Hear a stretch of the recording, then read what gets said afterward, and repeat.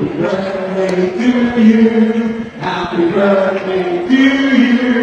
Happy birthday, happy birthday. Marcos Bangag!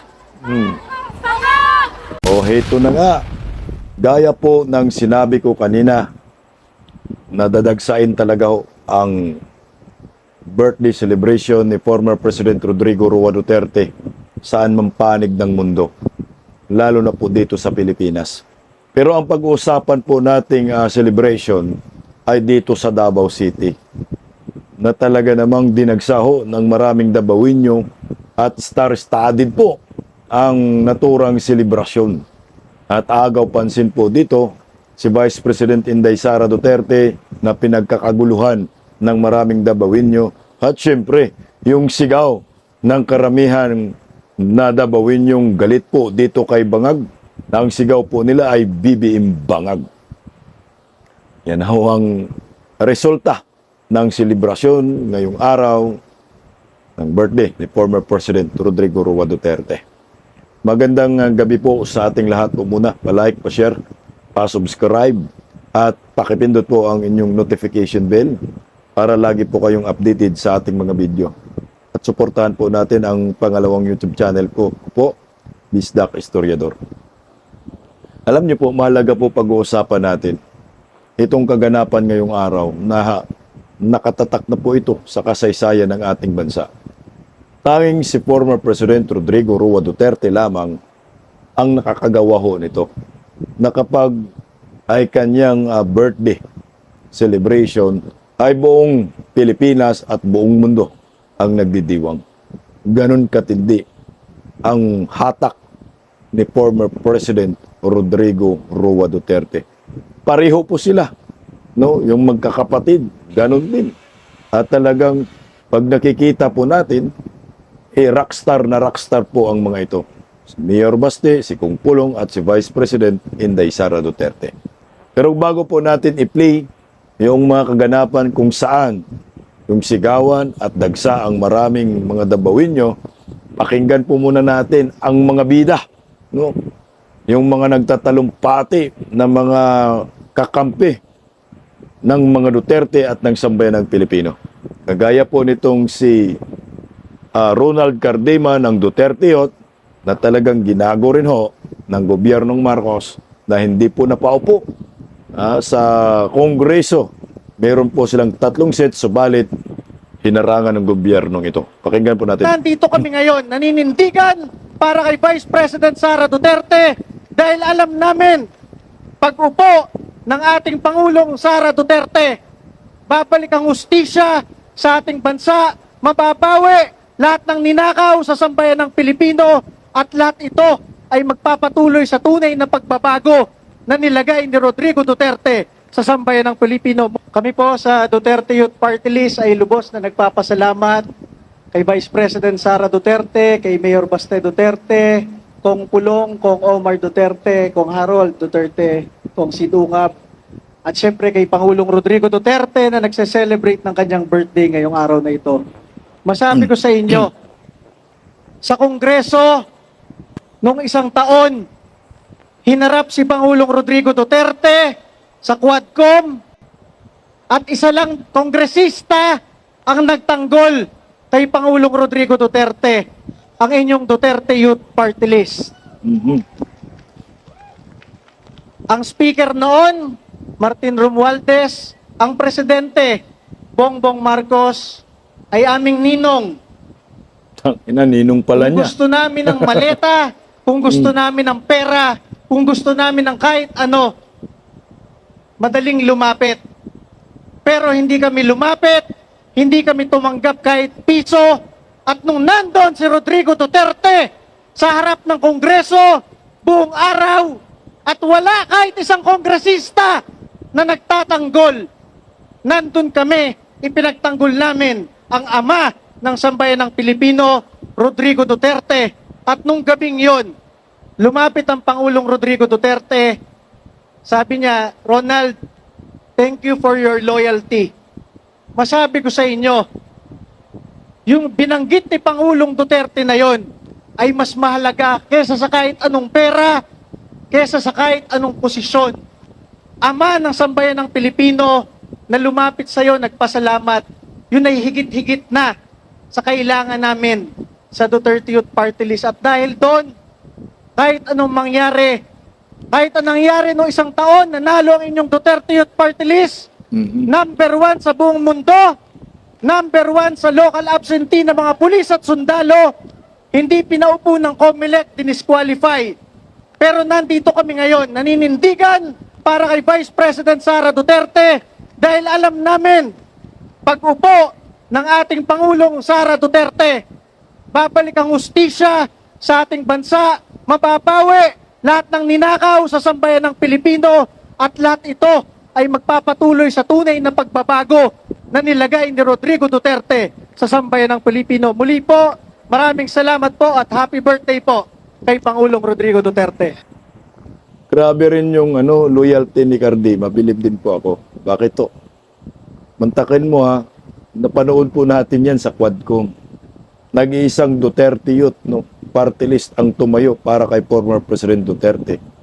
At nabastusan nga ho yun, yung yumaong si Akop, yung namatay na si Kung Akop. Nabastusan sa Duterte Youth. Pero nanindigan ang mga to at binoto po noong nakaraang election, midterm election. 3 seats po dapat sila. Kaso nung dahil sa kanilang pagiging Duterte, ayan, ginago po sila ng gobyernong Marcos at ni anak ng kamote itong si George Garcia na budlat ang mata. Sayang po. Number 1 ho talaga sila. Pero hindi pa rin po sila nagpapatinag. Tuloy pa rin po ang pagsuporta nila kay former President Duterte at ngayon, in-extend po nila ngayon kay Vice President Inday Sara Duterte. Believe rin po ako sa kanilang loyalty. Namit ko po itong si Cardima, pero nanatili po sila sa panig ng katotohanan at para sa bayan. Ninong pala niya si Bongbong Marcos, anak ng kamote. O ito, pakinggan rin po natin yung isa pang matapang at matalino. Ito ay paborito ngayon ng mga Gen Z na pag tiningnan mo, meron ding bayag, no? Hindi rin po natatakot at sinusungag po itong si Bongbong Marcos na talagang animal na gobyernong ito. Kung marunong pa lang ako magbarang binarang ko ng mga animal na ito. Pakinggan po natin si Leandro Leveste, ang nagpasikat ng Cabral Files na hanggang ngayon ay hindi po pinansin ni Panfilo Lacson. Happy Araw ng Davao and happy birthday PRRD. Daghang salamat po Mayor Duterte sa inyong imbitasyon and I'm very happy to be here again and to all of the participants in today's parade. You've done a very good job and I hope that we have a very good day today. Alam niyo po, ako ay masaya na makabalik dito habang ang Congress ay nasa session break and sinabihan ako na kaming mga congressman dapat wag masyadong manggulo. Mas mabuti daw ang congressman ngayon Tahimik. magbakasyon muna. Mhm.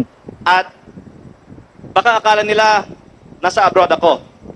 Hindi nila alam sa Davao pala ako pupunta. Kung saan mas maganda, mas malinis, mas safe, at napakabait ng mga tao. Mhm. Tama yan. At Legit. dapat din suportahan ngayon ang domestic tourism. Lalong-lalo na dahil sa taas ng presyo ng langis. Ganon din, kung may mga Davaoenyo na gustong bumisita sa Maynila, welcome na welcome po kayo at pwede tayong magkita sa Luneta. Mhm. Mayor, baka pwede tayong mag-arkila ng barko. At kahit ilang Davaoenyo Nako. ang gustong bumisita sa Maynila, pwede tayong magkita doon. Sabihin lang ninyo ilan ang gustong bumisita. Yay. Pero baka aabot sa 100,000. Baka kung anong iisipin nila. Basta nandun tayo para sa turismo at sightseeing lang. Pero pagdating ninyo sa Luneta, bahala na kayo kung saan kayo susunod na pupunta. Kaya ako po ay, of course, also sure na gusto niyong bumalik kaagad sa Davao dahil ang ganda dito. At ang Davao, of course, ay isang very promising tourism destination na gustong puntahan ng mas marami pang mga Pilipino. At lalong-lalo po ngayong araw, ang araw ng Davao at ang isang special day, ang birthday ni former President Rodrigo Duterte. I'm sure it's going to be a very festive day.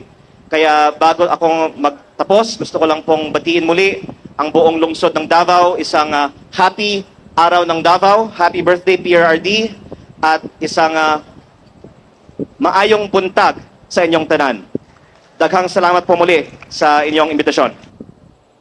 Medyo may laman yung sinasabi ni Libiste. No. Ang sabi niya, magrerenta siya ng barko. 100,000 na mga Davaoenyo ay pwede sumakay at magkita-kita sa Lunita. At pagdating sa Lunita, mag-sightseeing lang at bahala na kayo kung ano ang next na pupuntahan ninyo. Puta, may laman yun, no?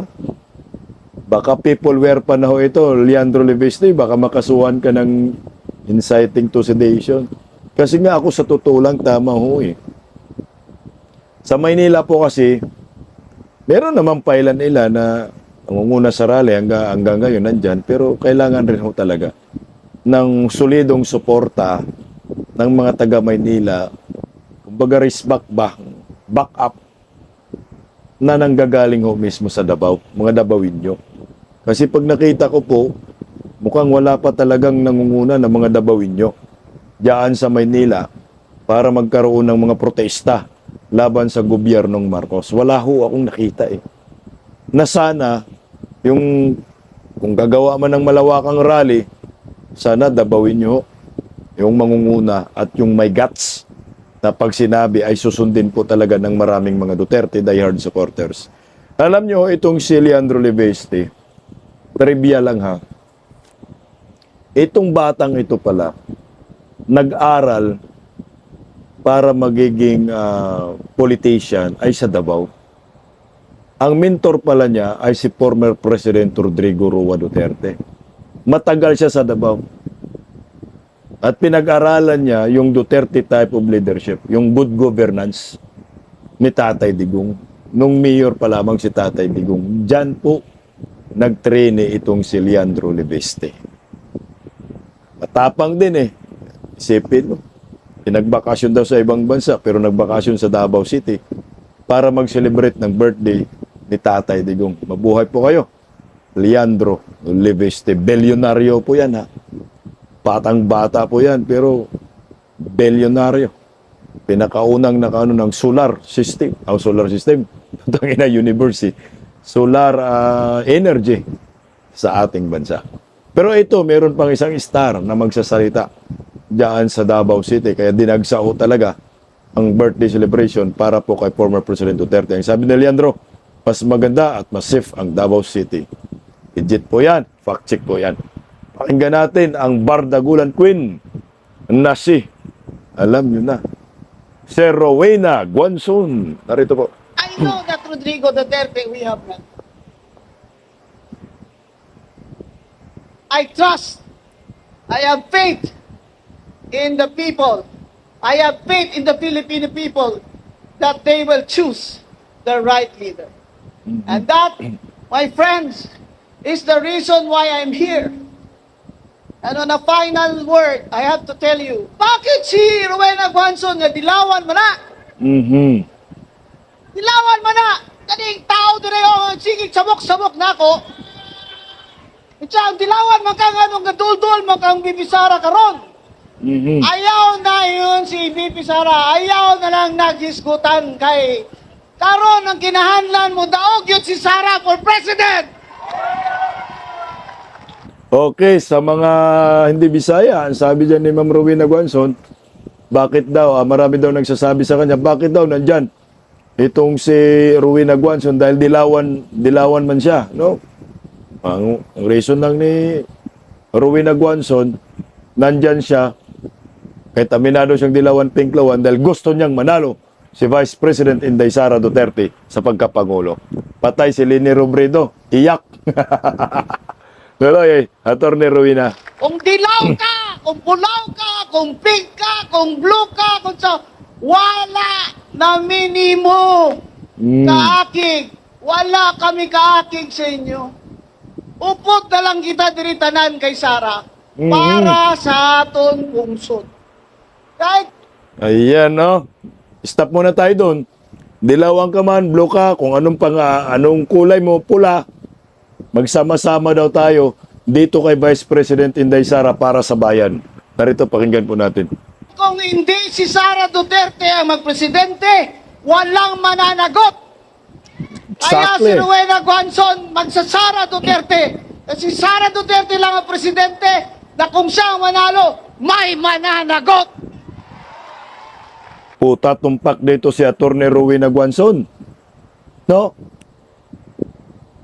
Wala na po kasing iba na magiging pangulo sa 2028 para parusahan itong mga kawatan sa gobyerno, lalo na po kay Bongbong Marcos, kundi si Vice President Inday Sara Duterte lang. Wala nang iba. Hindi kaya yan ni Leni Robredo. Hunti virus, lalo na tuta yan ni Bangag. John Vic, anak ng kagwang, lalong tuta. So pag tiningnan mo, sino ba ang isang leader ng ating bansa na pwedeng magpakulong kay Bongbong Marcos, Martin Romualdez, Liza Marcos, Sandro Marcos, mga Remulla Brothers, Tory, at marami pang iba. Pati sa mga dilawan, Laila de Lima, kailangan makulong rin yan. Reza Ontiveros, kailangan makulong din yan. Si Vice President Inday Sara Duterte lang. Kung ikaw Pilipino, butante ka, gusto mong makulong yung mga involved sa flood control, sinong iboto mo? Anak na kamuti, akala nga naman si John Vic, hindi niya mapakulong. Sila nga ho yung tagapagtakip ng katotohanan eh. Alam naman ng taong bayan kung sino ang mastermind. E di, ang ibuboto natin, tama ka Atty. Rowena Guanzon, dapat manalo si Vice President Inday Sara Duterte sa 2028 para may mapanagot sa korupsyon. Tuloy. Ilang taon ako sa politika. Sa tiyan pa lang na nanay ko, 67 years old na ako. Ngayon, politiko na ako. Board member man nanay ko, 33 years. Wala pa ako nakita ng gobyerno na ganito. Puro ka magnanakaw. Correct. Mga kawatan. Ang kailangan ng Pilipinas, reforma. Zero corruption. Zero tolerance. That is why, this early, I already commit my support to you, Vice President Sara Duterte. Whether I run for senator or not, I am going to campaign, as I am campaigning now, for Sara Duterte, who will be the next president of the Philippines. Ang buhay ka, Atty. Rowena Guanzon, narinig nyo yun? Tatakbo man siya or hindi sa pagkasenador, ang suporta niya, hindi sa pinklawan, kundi sa Verde. Team Duterte, putang ina, bawas na ang boto ng mga pinklawan dilawan. Nadagdagan tayo, mga didis. Nadagdagan yung kulay berde. Eh, siyempre, kulay berde, green, pag-asa. Iyak na naman ang mga hinayupak. Tuloy, attorney. Kung sa mga Bisaya, mga Ilonggo, mga Waray, sa Visayas, kabalo na makamutanan, nga ang Negros Occidental, wala yun naga Marcos ever since because i-bankrupt niya na niya during martial law. My family, he confiscated our electric plant. All families were confiscated. Ang sugar, in-monopolize ang sugar trading. So we had to stop planting. Our people starved because we had to stop planting. Why will we plant if we're going to lose money? Now Marcos Bongbong is doing it again. He is smuggling sugar. That's why Exactly. our sugar prices from Negros Occidental are down. Down by more than 600 pesos per kilo bag. You know what that means? That means hundreds, thousands of workers will be out of jobs in the next 2 years if this continues. Smuggling of sugar, smuggling of fuel is now going on in our borders. Marcos wants us to feel that he is the one solving our problems, when in fact, it is Marcos who created all these problems. Ang gutom, ang unemployment, high inflation, trade deficit, budget deficit, kaya pangawat na sa tanang buhaya ang atong deficit. That's why, my friends, I am putting my faith on Sara Duterte for president. Because I see only that Sara Duterte, even with her quiet, calm demeanor, has the strength of character and the integrity to be our leader and run our country from the bottom up. Wala na tayong mamanahin kay Marcos. Puro utang, puro pangawat. We need a leader that will rise from these ashes and lead us back into a bright day. My friends, it is my honor to be in Davao City again, to be with the family of Rodrigo Duterte, and to wish him a happy birthday. Mabuhay po kayo, Attorney Rowena Guanzon. Alam niyo ako, pag tumakbo yan sa pagkapangulo, itong si Senador, itong si Attorney Rowena Guanzon, boto ko po yan. Straight ako dyan sa grupo ni Vice President Inday Sara Duterte. Pwede lang. Si Attorney Rowena Guanzon na magiging natin, Vice Presidente, pag ayaw ng iba, di ba?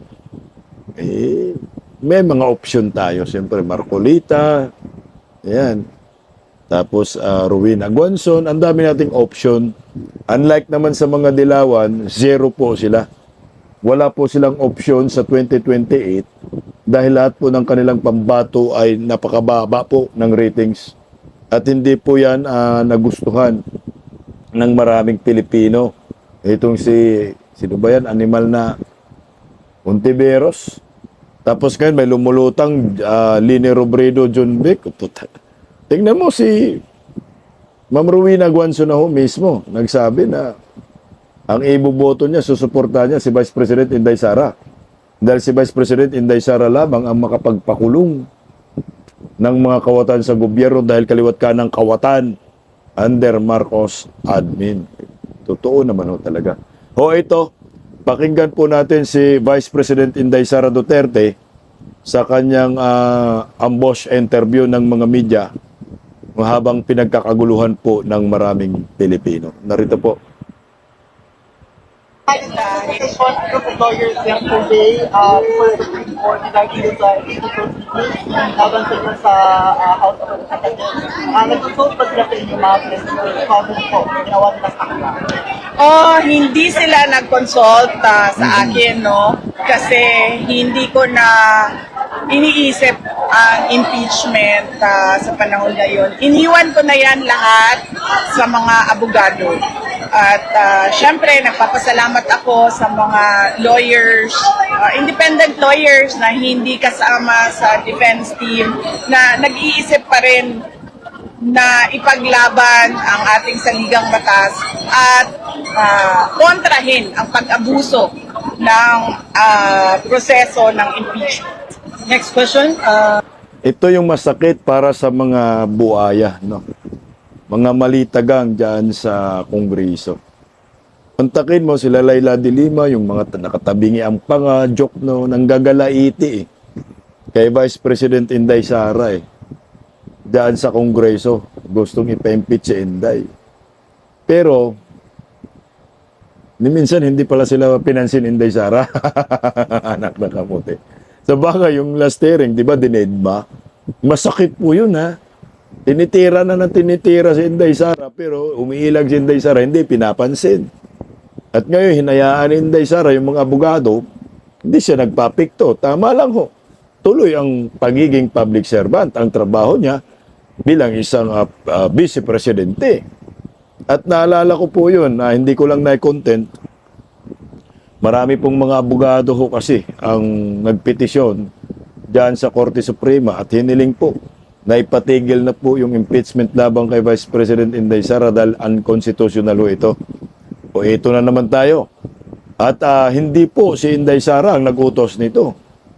Ay inisyatiba po yan ng PDP, Team PDP, yung Duterte 10, mga abogado, sila ni Jimmy Bundok, Lambino, at Vic Rodriguez, kasama si attorney, yung kaibigan natin na si attorney Torion, ayan, kasama sila ho yan. Nagpetition po ang mga abogado sa Korte Suprema para ipatigil po ang impeachment labang kay Vice President Inday Sara. Ayun na nga ho yung nasa isip nila. I-impeach si Inday Sara kasi sobrang lakas sa 2028. Walang titibag kaya gusto nilang i-impeach yung number 1 contender at yung maglaban-laban na lang yung mga sinusuka ng taong bayan. Yung ayaw ng taong bayan na iboto sa pagkapangulo. Hindi naman ho yung pupwede. Malabo po yung impeachment labang kay Inday Sara. Tuloy tayo. Re-elections naman, aside election? Apat. Aside sa election related. Election related. Aside dun sa apat na sinabi mo na may kumausap na sa'yo na maging Senate slate, nadagdagan ba? May mga partido na ba na lumapit? O sa ngayon, hindi ko muna iniisip, although nag-declare na ako ng aking kandidatura. I am a presumptive candidate for the 2028 presidential elections. Pero hindi ko pa yun pinagpaplanuhan sa ngayon. Tulad ng impeachment, hindi yan ang prioridad at iniisip ko ngayon. Dahil napakarami sa ating mga kababayan ang nananawagan pa rin ng totoong pagmamahal at serbisyo galing sa ating pamahalaan. At kami, sa tanggapan ng pangalawang Pangulo, yun yung prioridad namin ngayon. Kahit maliit yung opisina namin, lahat kami nagtutulong-tulong na nag-iisip paano makatulong sa taong bayan. Last question, mamaya. Alam nyo, panalo dyan si Inday Sara. Good yan. Mas lalo siyang mamahalin ng maraming Pilipino. Bakit to? Takayin nyo, kaliwat kanang batiko sa kanya, impeachment kaliwat kanan, hering-hering ng mga buhaya, mga kawatan, hindi niya pinansin, hindi siya apektado. At ang iniisip niya, yung prioridad niya, yung pagiging vice-presidente niya. So lalo makakuha si Inday Sara ng suporta sa taong bayan. At yung mga buhaya dyan sa Kongreso, malitagang at lalo kayong isusuka ng taong bayan at magagalit sa inyo. Galit sa mga kalaban ni Inday Sara, dagdag boto naman at suporta po sa kanya. Tuloy po natin. VP, may good to VP. Yes. VP, yung presensya ng mga kinatulisyon. Ma'am, budget lang ma'am. Ma'am, kanang imuhang angle May napansin si Inday. Kayo, kung sino ang nakita? In! Sabi na lang, makitaan ko. Hindi mo sa live position sa ako. Tawag ani. VP, yung presence nila commissioner, nakikamisano, and some others na detainers din. What does this signify? Sabi ko yung allies na yung mga recommendation na Duterte allies na. Yan din ang naisip ko kanina, no? We welcome everyone to the celebration of Araw ng Davao. Pero pareho tayo ng iniisip, no? Kanina, hindi ko kasi yan sila maliban kay Congressman Kiko Barsaga na nakasama ko noong 2022 campaign. At yun lang yun, ang pagsasama at pag-uusap namin. Lahat sila ay hindi ko kilala, hindi ko kaibigan. In fact, si Attorney Rowena Guanzon is the second time na nakita ko siya. Unang nakita ko siya ay siya ang presiding officer sa Commission on Elections noong kami ay nag-apply para sa hukom ng pagbabago. At hanggang doon lang yun, hindi pa nga kami nagkausap noon. At nagulat ako kanina na maraming mga bisita na hindi tiga Davao at nagsalita na sila at nagbigay na sila at nagpahayag na sila ng kanilang suporta para sa aking kandidatura sa 2028 at syempre suporta sa ating panawagan ng hustisya sa ginawang pagkidnap kay dating Pangulong Rodrigo Duterte. Kaya nakakataba ng puso na merong hindi tiga Davao na pareho ang nararamdaman. Ang layo-layo ho talaga, no, ni Vice President Inday Sara Duterte sa iba na mga politiko na nangangarap magiging pangulo sa ating bansa. Si Inday Sara, siya yung pinupuntahan. Pero yung mga hinayupak, nanliligaw. Alam mo ako, tama dyan, Day, yung ginawa mo, pasalamat ka kay Atty. Rowena Guanzon, kahit hindi kilala ni Inday Sara, ay sumuporta pa rin ho itong mga ito, no, dilawan, pinklawan, man inamin ni Atty. Rowena Guanzon, pero maaga rin ho, nagdeklara ng suporta itong si Atty. Rowena Guanzon kay Vice President Inday Sara Duterte. At pumunta po mismo diyan sa Davao para sa selebrasyon ng birthday ni former President Rodrigo Roa Duterte. Balik tayo sa birthday ni Tatay Digong. Narito po yung wish ni Vice President Inday Sara Duterte sa kanyang ama. Birthday wish po ito. Pakinggan po natin. Thank you. Birthday wish mo po sa 81st birthday ni FTRRD. Pero kanang imuhang anggel mamba. Naka 0.5 po ako dito. No worries. Worried kay kuma. Now you're still beautiful people. Worried As always. yun kayo ko kay basin kanila makita. Ano daw? Birthday. Oh, of course. For an 81-year-old, isa lang ang birthday wish natin lahat. And that is, he be given another year of good health sa ato ang Ginoo. Thank you. Sa akin din good health at saka sana makauwi na ho si former President Rodrigo Roa Duterte. Tuloy oh.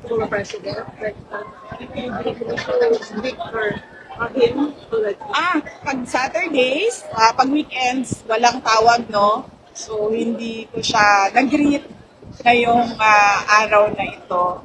At hindi tumatawag sa akin. Pero kampante ang loob ko dahil nandun naman si Congressman Paulo Duterte para bumisita sa kanya araw-araw at imasahe siya at meron siyang kausap in Bisaya. Pero wala special ganap doon sa loob ng convention.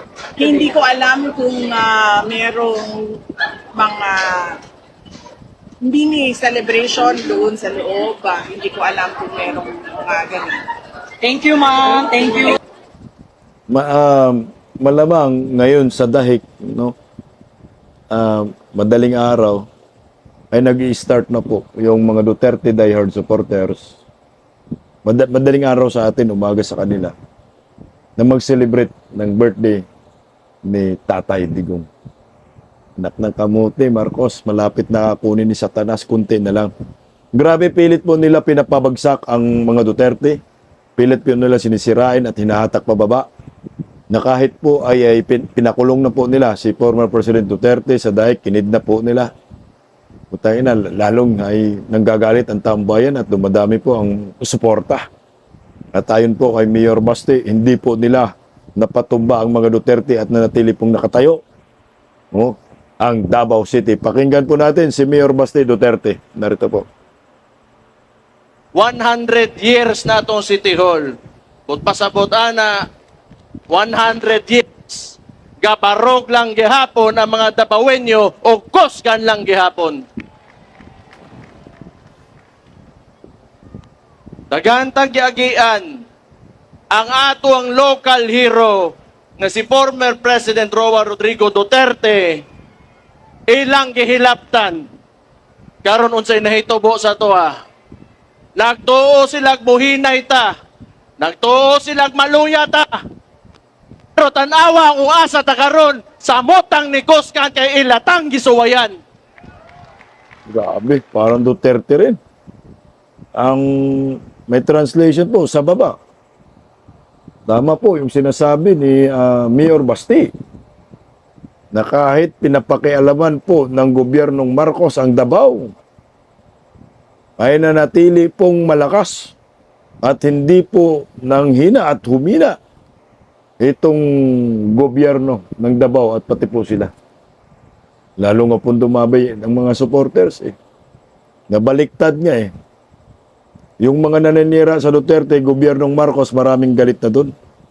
Gusto nang hatakin si Bangag dyan sa Palacio de Polvoron.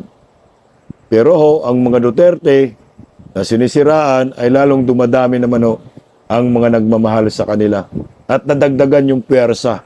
Yung mga Dilawan, Pinklawan, nag-Duterte na rin ho sila eh.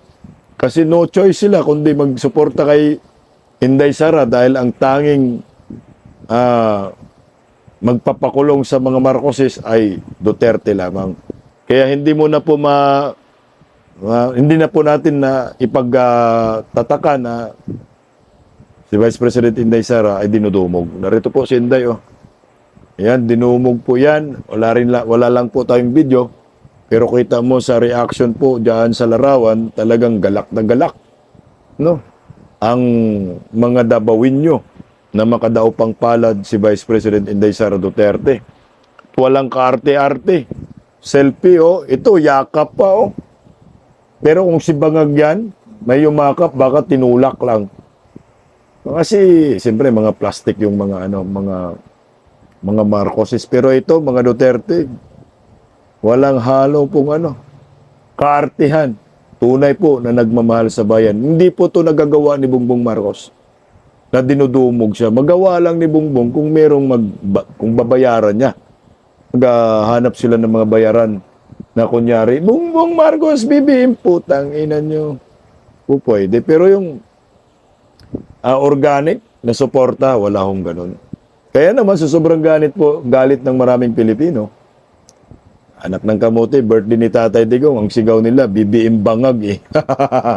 Pero bago po natin i-play, yung bidyong iyan, panoorin po natin, dinagsa po ang birthday celebration ni former President Rodrigo Roa Duterte, dyan sa Davao, narito po ang video. Marcos Bangag! Marcos Bangag! Marcos Bangag!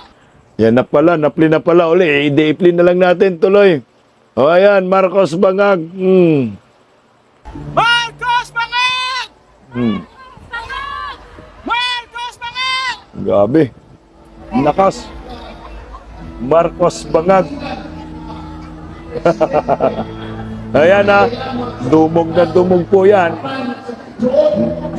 Maraming tao ha. Baka sabihin ng mga tanganista na wala namang tao. Ayan o. Di na mahulugang karayong po ang binyo dyan sa Davao. Sigaw nila Marcos Bangag, pero hindi lang Marcos Bangag ang sigaw. Meron ding, siyempre, kanta, Happy Birthday. Ayan, oh. O ano na, mga tanganista. Maraming tao yan, ha? Puno. Hindi mahulugang karayong.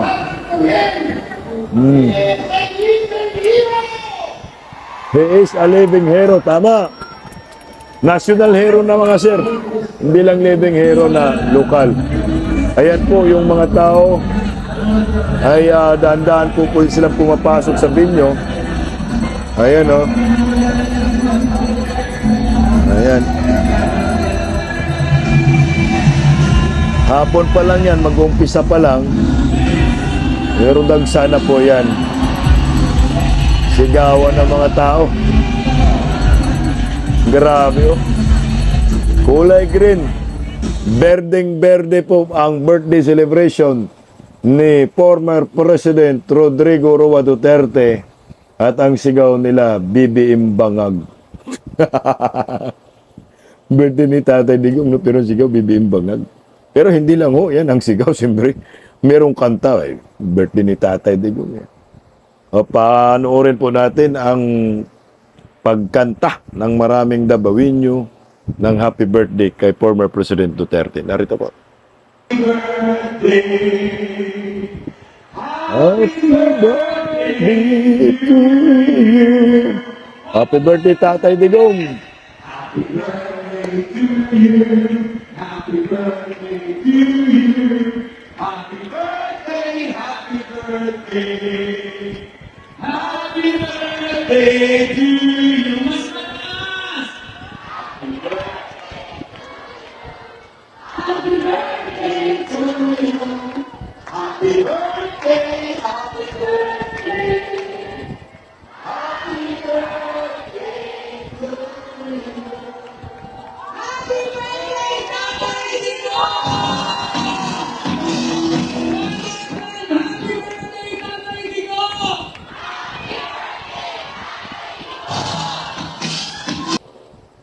Happy birthday, former President Rodrigo Roa Duterte. Kapit lang, Tatay Digong. Makakauwi ka rin. Kunti lang naman din 2 taon na lang, presidente na si Inday. Wala nang magagawa ang mga animal na ito. Pakulong mo lahat, day. Inumin mo. There will be a day of reckoning. Ayan si former President Rodrigo Roa Duterte lang nakagawa ng ganyan. Birthday ng former President, pero hanggang ngayon, sineselebrate pa rin ng maraming Pilipino sa amang panig ng Pilipinas. Ang napag-usapan lang natin, Davao lang. Merong Maynila din At hindi lang Maynila, hindi lang Pilipinas. Meron din sa buong saan mang panig ng mundo. Meron din sa Japan. Yung sa Japan, pag-usapan natin bukas. No? Meron din sa Hong Kong. Lalo na doon. Meron sa Dahik. Naku. Dinagsa po ngayong araw ang birthday celebration ni former President Rodrigo Roa Duterte. Hindi lang Luzon, Visayas at Mindanao, kundi buong mundo kung saan merong OFW. Dahil alam po natin, mahal ni former President Duterte ang mga OFW. Yan ang maliwanag. Yan ang katotohanan. Pero si Bongbong Marcos, isang kabangagan lang ang ginawa sa Pilipinas. Kaya sinusuka po ito ng taong bayan. Si Bongbong kaya, pagkatapos ng termino niya, kung mag-birthday kaya to, may magsiselebrate kaya ng mga Pilipino? Ay putangin na. Walang-wala. Ngayon nga, birthday nga niya Walang mga Pilipino nagsiselebrate, ipangulo pa siya. Paano na? Pag ito ay hindi na pangulo at makulong na. Happy birthday po, former President Rodrigo Roa Duterte. Paggising sa umaga, tanghali at gabi, nakikita ko ang post niya, ang hapdi. Paano nga ba to? Di ako makatanggi. Watch ko na lang at isipin ng mabuti. Bisdak Pilipinas. Bisdak, tinig ng katotohanan. Sa bawat vlog may laban sa kasinungalingan. Mulat ang mata, gising ang masa. Bisdak Pilipinas, para sa bayan, gumigising sa diwa. Sa likod ng kamera, tapang ang dala, walang sinasanto kung mali ang gawa. Hinay-hinay, pero palaban.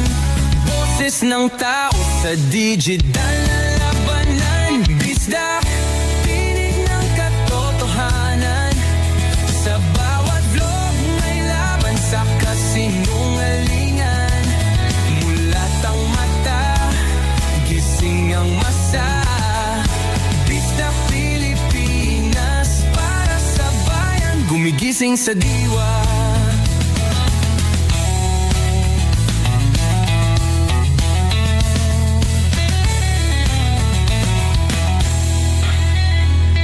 Hindi artista, hindi politiko, pero ang katotohanan, sigaw niya ay buo. Sa YouTube o Facebook man siya makita, may aral ka pa rin, may uwi sa bawat salita. Bisdak, gising sa katotohanan, di lang kwento, kundi panawagan. Sa bawat Pilipinong naghahanap ng liwanag. Bisdak Pilipinas, kasama sa pagbangon ng bayan. Bisdak Pilipinas, boses ng masa, gising ang diwa. Sa vlog mo may pag-asa.